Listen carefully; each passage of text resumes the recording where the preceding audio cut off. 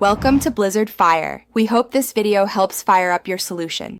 You start now. Measure a small batch of hot chocolate wax into a clean pot or warmer so you don't overheat. Heat slowly to about 40 degrees 45 degrees C and stir until glossy. This prevents burning and keeps pliability. Once done, check temperature on inner wrist, warm and spreadable, not scalding.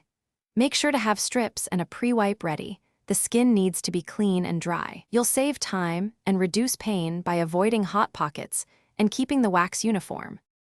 You apply a thin, even layer of wax in the direction the hair grows. This ensures the wax grips roots instead of breaking hairs.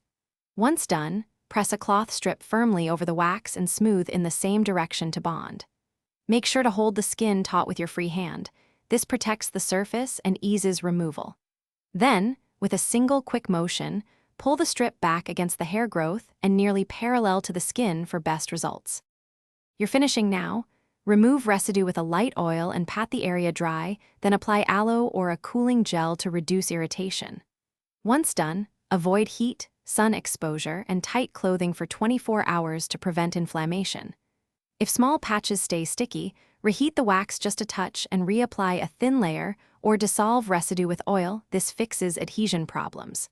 If redness is persistent, use a cool compress for 10-15 minutes and stop if severe discomfort.